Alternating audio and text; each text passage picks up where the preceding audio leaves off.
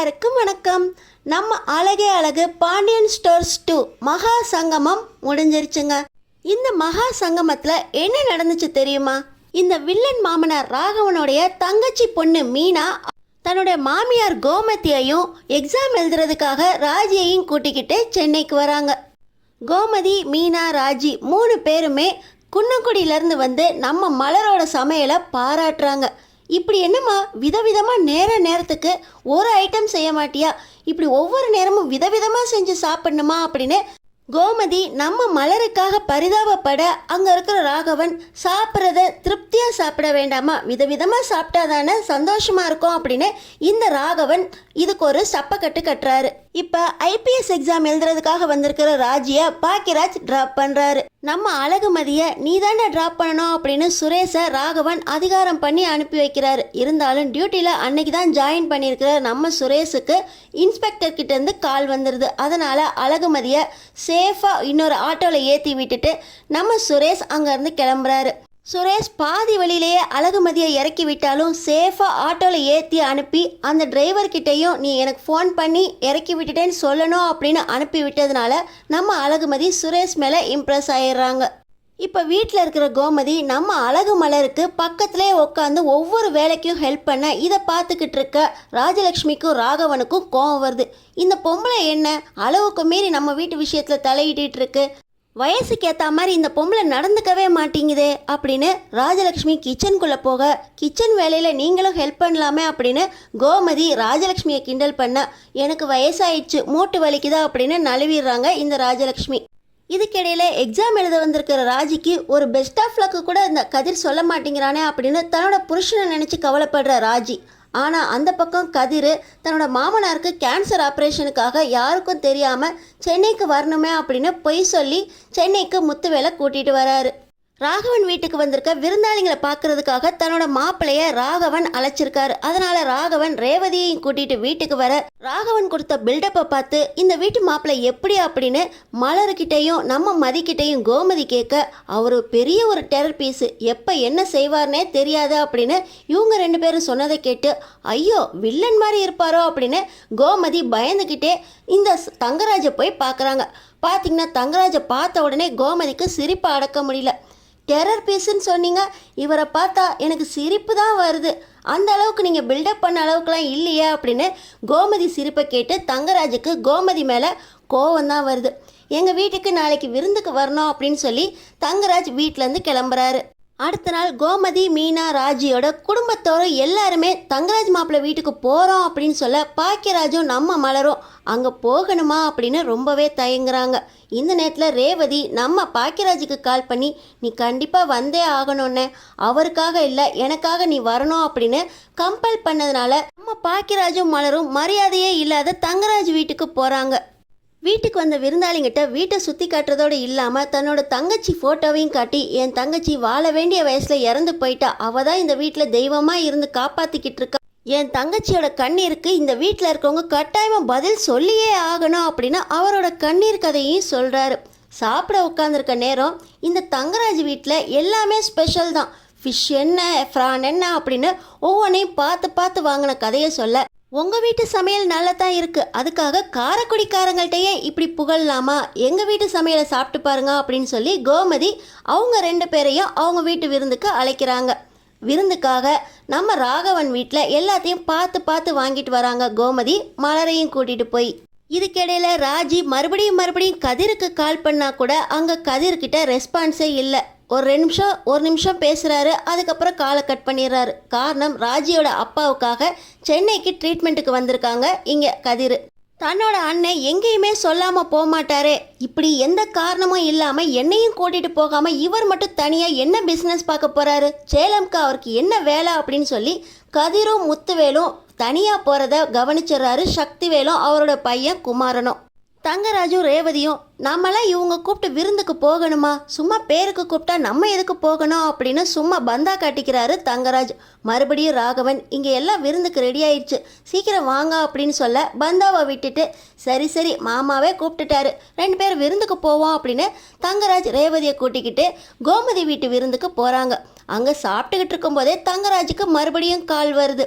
நம்ம 1/2 hourல கிளம்பிடுவோம் அப்படின்னு சொல்லி தங்கராஜ் சொல்ல இல்லை இல்லை நீங்கள் ரேவதியை விட்டுட்டு போங்க, எப்பயாவது தான் வரீங்க அப்படின்னு பாக்கியராஜ் சொல்ல தங்கராஜுக்கு பாக்கியராஜ் மேலே கோவம் இருந்தாலும் ரேவதியை விட்டுட்டு கிளம்புறாரு.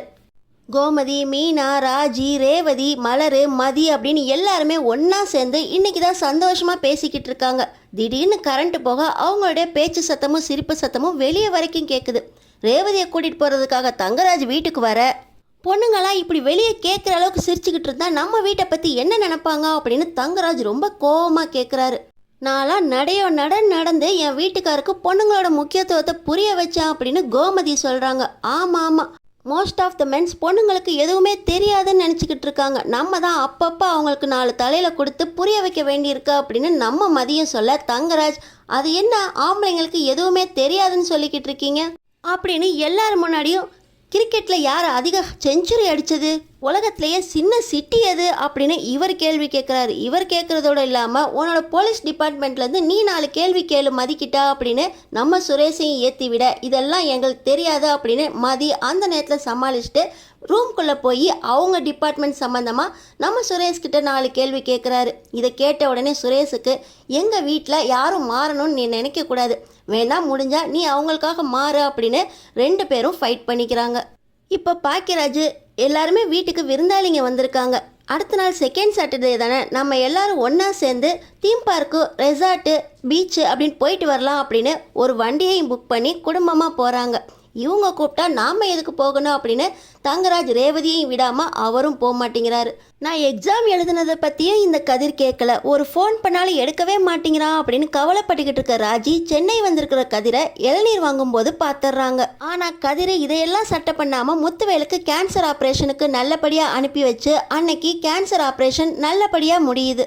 தீம் பார்க் போன இடத்துல இந்த வயசான ராகவனும் ராஜலக்ஷ்மியும் அம்மாடி காலெல்லாம் வலிக்குது அப்படின்னு சொல்லி தைலம் தேய்ச்சி விடுறது என்ன, சுடுதண்ணி கொடு, காஃபியை கொடு, டீயை கொடு அப்படின்னு நம்ம மலரை போட்டு வழக்கம் போல் பாடாப்படுத்துகிறாங்க. இதை பார்த்துக்கிட்டு இருக்க கோமதிக்கு ரொம்பவே கோவம் வருது. ஆனால் நம்ம மதி அந்த கோவத்தை அடக்க முடியாமல் வயசான காலத்தில் முடியலன்னா வீட்டிலே இருந்திருக்கலாங்கள்ல, உங்களையும் கஷ்டப்படுத்திட்டு அவங்களையும் எதுக்கு கஷ்டப்படுத்துறீங்க அப்படின்னு சொல்லி நம்ம மதி கேள்வி கேட்க இந்த நேரத்தில் அடக்கி வச்சிருந்த கோவத்தை நம்ம கோமதியும் ஆமாம் நீங்கள் ரொம்ப கஷ்டப்படுத்திக்கிட்டு இருக்கீங்க அப்படின்னு சொல்ல வீட்டுக்கு வந்த விருந்தாளியா வந்தமா இருந்தமா அப்படின்னு இருக்கணும், எங்கள் வீட்டு குடும்ப விஷயத்தில் நீங்கள் தலையிடாதீங்க அப்படின்னு கோமதியை ராகவன் எடுத்தறிஞ்சு பேசிடுறாரு.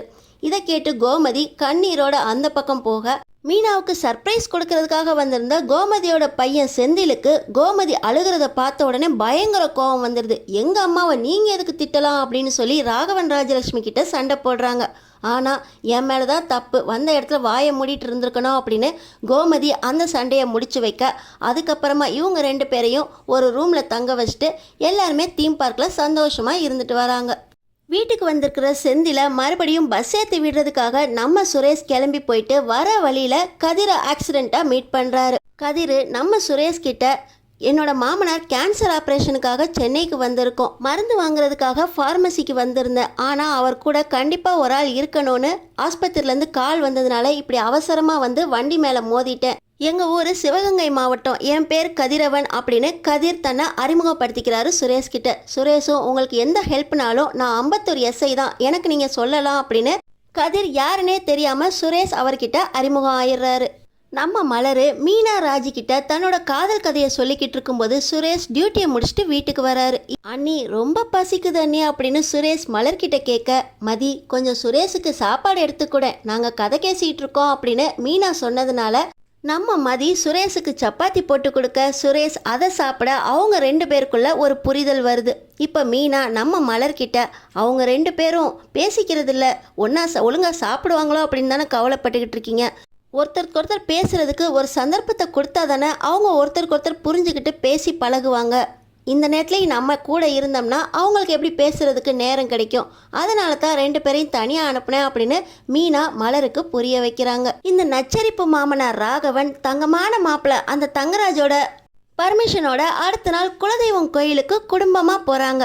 இந்த நேரத்தில் மதியோட அம்மாவையும் அப்பாவையும் கூப்பிடலாம் அப்படின்னு ராகவனும் ராஜலட்சுமியும் பேச, மலருக்கு இருக்கிறது அம்மாவும் தம்பியும் மட்டும்தான், அவங்களையும் கூப்பிடலாமே அப்படின்னு கோமதி நம்பரை போட்டு ராஜலட்சுமி கையில் கொடுத்து மலரோட அம்மாவை முதல் முறையாக ராஜலட்சுமி கூட பேச வச்சு குலதெய்வம் கோவிலுக்கும் வர வைக்கிறாங்க. எல்லாரும் குலதெய்வம் கோயிலில் சந்தோஷமாக பொங்கல் வச்சுக்கிட்டு இருக்க மலரோட அம்மா வந்ததை பார்த்து தங்கராஜுக்கு பயங்கர கோவம். எனக்கு பிடிக்காதவங்களெலாம் எதுக்கு வர வச்சுருக்கீங்க அப்படின்னு ராகவன் கிட்ட தங்கராஜ் கோவப்பட, மாப்பிள்ளை உங்களுக்கு பிடிக்காதுன்னு தெரியும், எல்லாம் இந்த கோமதி அம்மா பண்ண வேலை, எனக்காக இதை பொறுத்துக்கோங்க அப்படின்னு தங்கராஜை சமாளிச்சிடுறாரு. அன்னைக்கு நைட்டு கோமதி அம்மா நம்ம மலர், மதி, சுரேஷ், பாக்கியராஜ் எல்லாரையும் கூப்பிட்டு வச்சு, நீங்கள் எல்லாம் ரொம்ப நல்ல பிள்ளைங்களா இருக்கீங்க, உங்களுக்குலாம் நல்ல பொண்டாட்டி கிடச்சிருக்காங்க, சந்தோஷமாக இருக்கணும் அப்படின்னு அட்வைஸ் பண்ணிக்கிட்டு இருக்க, இன்னொரு பக்கம் சக்திவேல் பாண்டியன் வீட்டுக்கே போய் எங்கள் அண்ணனை உன் பையன் கடத்தி வச்சுருக்கான், எங்கள் அண்ணன் இப்போ இங்கே வந்தாகணும் அப்படின்னு சண்டை போட, பாண்டியன் கதிருக்கே கால் பண்ணி நீ எங்கடா இருக்க, உன் கூட முத்துவேல் மாமா இருக்காங்களா அப்படின்னு கேட்க, ஆமாப்பா முத்துவேல் மாமா என் கூட தான் இருக்காரு அப்படின்னு உண்மையை ஒத்துக்கிறாரு கதிர். உடனே நாளை காலையில் நீங்கள் கிளம்பி இங்கே இருக்கணும் அப்படின்னு பாண்டியன் ஆர்டர் போட, அதை சமாளிக்க முடியாமல் முத்துவேலை கூட்டிக்கிட்டு நம்ம கதிர் ஊருக்கு கிளம்பி வராரு. இன்னொரு பக்கம் பாண்டியன் கோமதிக்கு கால் பண்ணி, இந்த மாதிரி கதிர் உங்கள் அண்ணனை கூட்டிக்கிட்டு சென்னைக்கு வந்திருக்கானா, எதுக்குன்னு தெரியல, சக்திவேல் வீட்டு முன்னாடி நின்றுக்கிட்டு கடத்தி வச்சிருக்கான் அப்படின்னு சண்டை போட்டுக்கிட்டு இருக்கான் அப்படின்னு சொல்ல, கோமதி மீனா ராஜியை கூட்டிக்கிட்டு நான் இன்னைக்கு நைட்டே கிளம்பி குன்னக்குடிக்கு வந்துடுறேன் அப்படின்னு அவசரமாக கிளம்புறாங்க. இப்படி 3 பொண்ணுங்களை தனியாக அனுப்ப முடியாது அப்படின்னு சொல்லி சுரேஷும் அழகுமதியும் இவங்களோடைய ஒன்றா குன்னக்குடிக்கு கிளம்பி வராங்க. கோமதி, மீனா, ராஜியோட நம்ம சுரேஷும் அழகுமதியும் குன்னக்குடி வந்து இறங்கின உடனே அங்கே சக்திவேல் எங்கள் அண்ணன் இன்னும் வரலையா, இவங்களும் சென்னைக்கு போகிற மாதிரி போய் அங்கே எங்கள் அண்ணனை கடத்தி வைக்கிறதுக்கு உதவி செஞ்சுருக்காங்களா அப்படின்னு மறுபடியும் சண்டை போட்டுக்கிட்டு இருக்க, அந்த நேரத்தில் முத்துவேலை கூட்டிகிட்டு கதிர் வந்து இறங்குறாரு. எங்கள் அண்ணனை என்னடா பண்ணி வச்சிருக்க, எங்கள் அண்ணன் ரொம்ப டயர்டாக இருக்காரு அப்படின்னு சக்திவேல் மறுபடியும் கதிரோட சட்டையை பிடிச்சி சண்டை போட்டுக்கிட்டு இருக்க, எனக்கு கொஞ்சம் உடம்பு முடியல, நீங்கள் சண்டை போடுறதை நிறுத்துங்க அப்படின்னு முத்துவேல் சொன்னாலும் கேட்டப்பாடில்லை.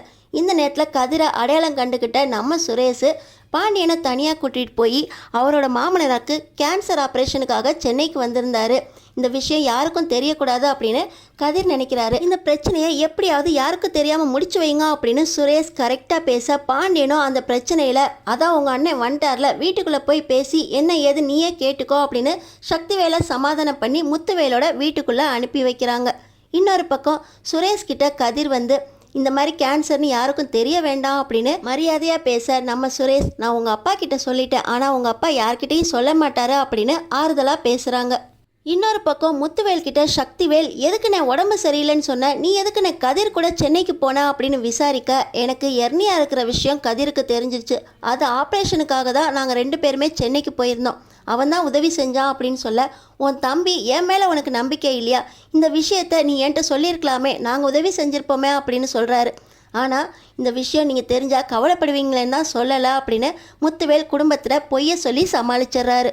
இன்னொரு பக்கம் பாண்டியன் வீட்டுக்கு வந்திருக்கிற நம்ம சுரேஷும் அழகுமதியும் பாண்டியனோட ஆசீர்வாதத்தில் அங்கேருந்து கிளம்புறாங்க. இப்படியே இந்த அழகே அழகு பாண்டியன் ஸ்டோர்ஸ் 2 மகா சங்கமம் நல்லபடியாக முடிஞ்சிருச்சு.